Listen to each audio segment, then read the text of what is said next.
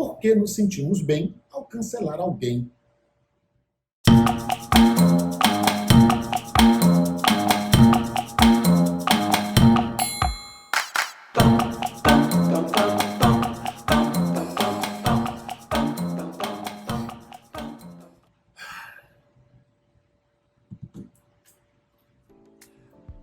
A ideia para esse vídeo surgiu de última hora, a partir da leitura de um artigo de um psicanalista chamado Christian Dunker. Tá? Ele é professor da USP, do Instituto de Psicologia da USP, e ele fala sobre a cultura do cancelamento. Existe um filósofo francês, chamado Paul Valéry. Ele cria o conceito de profissões delirantes. Eu achei fantástico esse conceito de profissões delirantes. O que é uma profissão delirante? Primeiro, nós temos que falar sobre delírio. O que é delírio? Delírio não é uma crença, tá? Uma crença sua fora da realidade. Tá? Você não é isso, você está delirando. Não. Delírio é você acreditar que a realidade ela depende mais de você mesmo do que da própria realidade. Tá? Então repare que tem um componente narcísico, já falarei de narciso daqui a pouco, mas um componente narcísico egocêntrico muito forte nisso. Então, uma profissão delirante é uma profissão em que essa profissão acaba por depender do que os outros acham de você. Então, repara, é delírio puro. No final das contas, o valor não está naquilo que você está produzindo, está no seu reconhecimento. Você depende literalmente do reconhecimento alheio. Isso gera uma série de problemas. Tá? Por exemplo, num primeiro momento você acaba sendo reconhecido em uma profissão delirante por sua originalidade, talvez, pode ser, claro. Só que na medida que você ganha corpo dentro dessa profissão, em que você ganha reconhecimento, você ganha, vamos botar seguidores, vamos supor, um digital influencer qualquer, você acaba por adequar as suas ideias à média do que o teu público pensa. Você perdeu aquilo que atraiu o público no primeiro momento, que é a originalidade. Então, por quê? Porque a sua profissão, a sua subsistência começa a depender do que os outros acham de você. E na medida que nós reconhecemos que dentro dessa realidade digital em que nós vivemos, as bases desse reconhecimento são extremamente precárias, são extremamente voláteis, o medo do cancelamento ele é permanente, tá? Então, assim, mas tudo bem, medo do cancelamento é permanente, mas o que seria o cancelamento, essa anulação? Vamos parar para pensar na palavra cancelar, tá? O que você cancela? Você cancela antes de surgir esse termo aplicado ao mundo digital. Serviços de internet, serviços de TV a cabo, a não ser que seja a net, você não consegue cancelar nunca, mas o cancelamento serve para coisas, serve para objetos, serve para serviços. Então, logo de cara, você já percebe uma coisa. Da feita que você introjeta a ideia, a cultura do cancelamento para com pessoas, para com indivíduos que emanam opiniões, você objetifica o indivíduo. Você torna o indivíduo um objeto. Tá? Então, qual é o problema de você transformar alguém em um objeto? Repare, ele perde o caráter humano. E ao perder o caráter humano, tudo passa a ser permitido. O outro não é mais um ser humano, o outro é um objeto. Repare que isso foi feito, isso foi exaustivamente, essa estratégia mental, por assim dizer, ela foi exaustivamente utilizada ao longo da história. Tá? Você tem, no período sociedades escravistas, objetificando, transformando o escravo em um objeto, porque isso autoriza não, né, mas ameniza em sua moral, ameniza em sua mente o que ele está fazendo com aquele ser, porque ele não é humano. Tá? Se eu não fico com peso na consciência por usar um determinado objeto, da feita que eu objetifico outro ser humano, eu não teria esse peso também. Isso você observa também em guerras. Você vê uma sociedade demonizando a outra, transformando-a em algo não humano. Então, a cultura do cancelamento, ela tem a objetificação do indivíduo implícita, tá lá. Tá? Você torna o outro um objeto.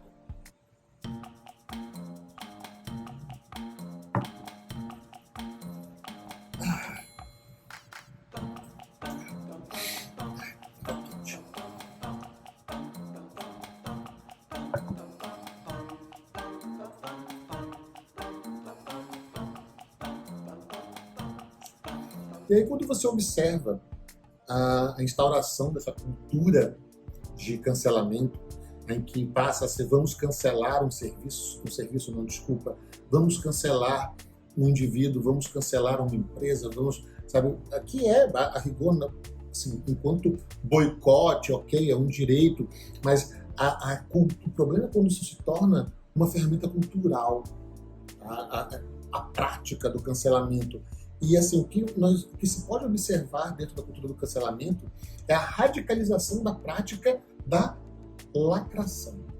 Você já deve ter ouvido esse termo, né? A prática da lacração. E o que seria lacrar, né? A lacração, ela seria um pronunciamento, tá? Extremamente contundente e que tem um ar de definitivo, que tende a silenciar o outro, tá? Tende a silenciar o seu adversário, tende a silenciar aquele com quem você está discutindo. Então, normalmente é assim que se utiliza a expressão, né? Você lacrou, ou seja, você falou uma coisa que não deixou espaço para a discussão. Então, a lacração em si, tá, pessoal, não é uma coisa ruim.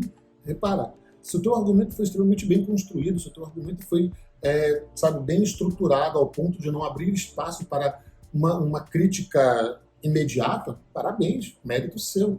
Tá? Só que, claro, todos os extremos acabam por ser prejudiciais de alguma forma, e isso vale para a lacração também. Então, o que você tem? Você tem uma cultura em que você objetifica o indivíduo, você torna o outro algo diferente de ser um humano para justificar para você mesmo o mal que você está fazendo para aquele ser, para aquele indivíduo. E isso acaba potencializando a aceitação da não discussão. Tá? Então você acaba, lembrando, da feita que você interioriza essa prática, da feita que você torna culturalmente habitual o cancelamento, você anula a possibilidade de discussão. Você encerra a possibilidade de discussão. Você se fecha ao diferente. Sabe qual é o problema disso? Quando você cancela, fulano, meu amigo de anos, ele começou a postar coisas que eu não concordo, ele começou a expor ideias que eu nunca vou concordar, eu acho ideias absurdas, e aí o que você faz? Você o cancela, você para de seguir, você silencia, você multa. Agora para pensar, você fazer isso com alguém que está te estressando? Nenhum problema, tá tudo certo. É questão de manutenção da sanidade mental. Entretanto, da feita que você torna isso parte da sua cultura, quais são os efeitos? E quais seriam os efeitos dessa cultura de cancelamento? Tá? Tem os efeitos óbvios, né? Destruição de reputações, às vezes de forma imerecida, simplesmente porque a pessoa diverge de um pensamento dominante, de um pensamento que compõe o status quo, que depende. Lembrando que esse pensamento dominante, ele não precisa ser necessariamente o pensamento dominante de uma sociedade inteira. Você pode ter um pensamento dominante de um determinado nicho extremamente influente dentro de uma sociedade, em que alguém que diverge desse nicho acaba passando por um processo de cancelamento injusto, simplesmente por discordar. E você fecha as portas para qualquer tipo de discussão saudável. Então, você tem, no final das contas, a criação de mecanismos de extorsão social. E quais são as consequências dessa extorsão social? Para pensar cada vez que você for falar alguma coisa, você pensará nessas consequências, e por mais que talvez o seu argumento seja bem construído, seja coerente, seja racional, o simples fato de ir de encontro a uma minoria barulhenta, ou então a uma maioria, não interessa que seja, mas o simples fato de ser um argumento contrário impedirá que você, talvez seja o suficiente para que você não exponha essa ideia, resultando no desaparecimento dessa ideia que poderia ser extremamente útil, poderia ser extremamente saudável para o debate. Então, no final, você tem o aumento do medo, você tem um aumento da hesitação e a criação de bolhas. Essas bolhas ideológicas, elas surgem a partir dessa cultura de cancelamento. Você começa a cancelar todos aqueles que pensam Diferente de você, você silencia, você deixa de seguir e ao final, no teu entorno, o que você tem é apenas um certo número de pessoas que concorda com você, que pensa, pelo menos de forma essencial, a mesma coisa que você. E pessoal, por mais que você se estresse menos dessa forma, isso não é saudável. Tá? Nós precisamos estar abertos ao divergente, nós precisamos estar abertos às ideias opostas. Tá? Então, mesmo ideias absurdas, tá? Pessoal, ideias, sabe, que são completamente inaceitáveis dentro de uma discussão racional.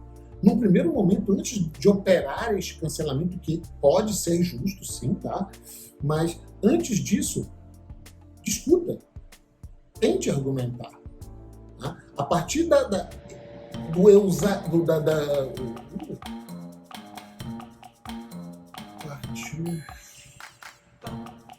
a partir do esgotamento das possibilidades de discussão, aí ok, não há outra saída senão se distanciar.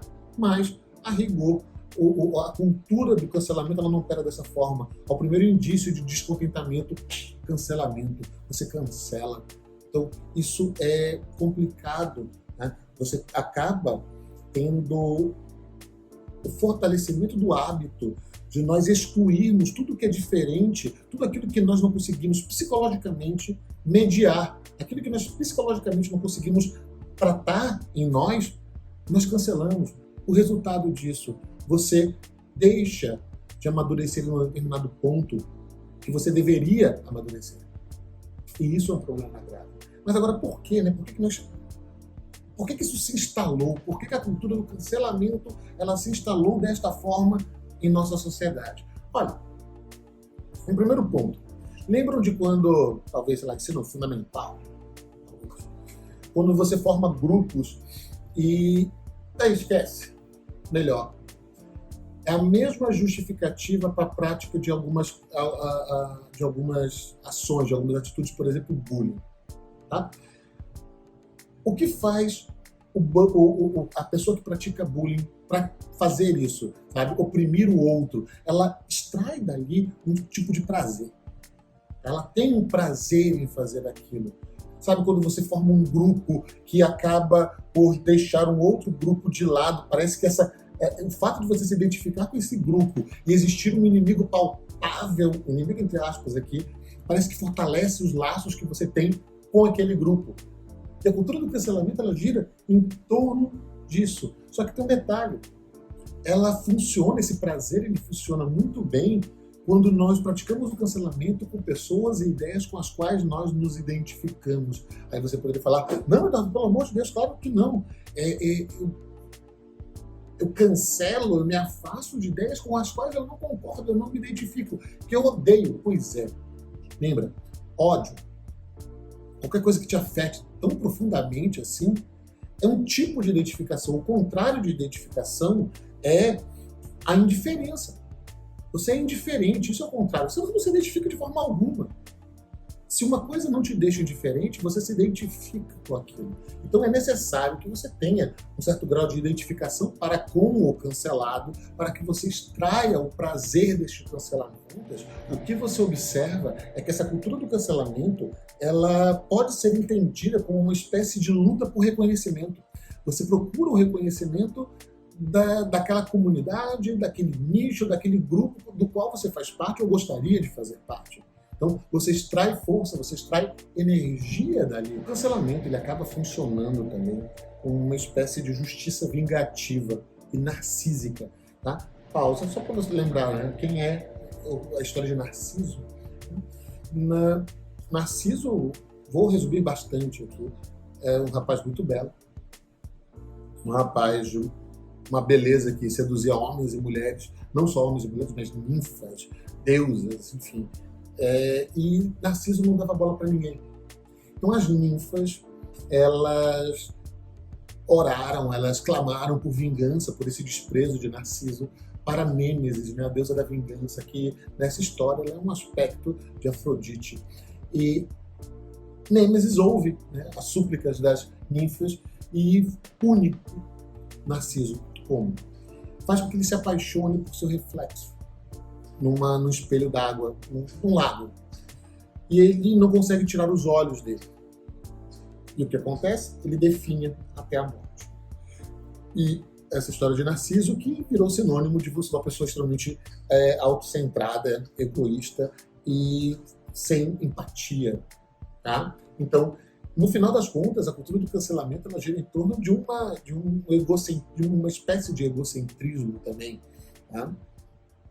Então, nós supomos dentro dessa cultura que nossa presença ela é sempre desejável. Tá? Nós sempre estamos lá dispostos a dar likes, compartilhamentos, etc, etc, etc. Isso alimenta o nosso ego, o que faz com que a cultura do cancelamento ela tenha possa ser comparada a uma espécie de linchamento. Tá? Repara, o grupo que se dispõe a linchar o diferente, linchar o inimigo, ele forma um grupo coeso que se identifica com certos, aspas, valores ali, tá? E com isso eles extraem prazer, não do lixamento em si, mas da auto-identificação com o grupo. Então a cultura do cancelamento ela acaba sendo uma espécie de lixamento virtual, no final das contas, tá? E que você acaba extraindo prazer com aquilo. E esse prazer também não está limitado a apenas essa questão sádica, né, de provocar a dor. Não, ela gira em torno de, voltando para a questão do ego, quando você cancela alguém, você está julgando. Você está se colocando em um pedestal em que se dá a entender que você possui algum tipo de superioridade moral. Você tem um certo grau de pureza moral que o faz superior àquele que você está cancelando. Né? Nem que para isso você precise inventar coisas sobre o outro. Tá? Mas temos N casos hoje em dia de pessoas sofrendo campanhas de difamação imensas e a cultura do cancelamento agindo em torno desses boatos. Mas essa sensação de superioridade moral, nós gostamos dela porque ela ameniza temporariamente aquela sensação que todos nós temos. Aquela sensação de irrelevância, sabe? Nós não somos nada. E quando nós cancelamos o outro, aquele outro é menor do que nós. E já que ele é menor ainda, nós somos menos irrelevantes, nós nos sentimos importantes. A cultura do cancelamento, né, ao criar bolhas, lembre-se que essas bolhas elas são um reflexo das próprias bolhas existentes da sociedade, as tribos, os nichos, etc. Então, quando você tem várias bolhas ideológicas isoladas, você tem um confronto dessas bolhas, você tem uma espécie de guerra. Tá? Só que, lembre-se, o que acontece? Essa guerra ideológica ela não gira em torno da discussão, ela gira em torno do cancelamento. E assim, você não tem como reconhecer no outro algo de certo. E assim você não tem a superação das contradições. Então você tem, na verdade, o acirramento das diferenças. Tá? Porque você impossibilita a discussão, você impossibilita o diálogo a partir da cultura do cancelamento. Após excluir alguém em um grupo, dentro dessa minha fantasia existencial, é comum eu esperar que aquele que foi excluído volte como meu inimigo, sabe? É o stalker, o hater, ou então, quando você extrapola isso para o mundo real, você tem a objetificação de uma classe para com outra. Tá? Vamos supor, quando você pega a discussão de conflito de classes, você tem uma classe dominante objetificando a classe explorada, transformando-a em algo que é não humano. E isso gera o medo de que, após essa exclusão, esses dominados voltem como seus inimigos, a partir de uma revolução, por exemplo. Então repare que isso, assim como é aplicável na realidade, você tem essa aplicação virtual, essa aplicação que não deixa de ser a realidade, porque enfim, o mundo digital acaba por ser um reflexo do nosso mundo, no final das contas, só que claro, com outros nomes e com uma velocidade muito maior e com um impacto gigantesco. E assim eu encerro citando o Christian Dunker, que é uma citação fantástica sobre a cultura do cancelamento. Tá? É o seguinte, a cultura do cancelamento no Brasil é herdeira do muro que eu ergo para tornar invisível aquele que é muito diferente de mim.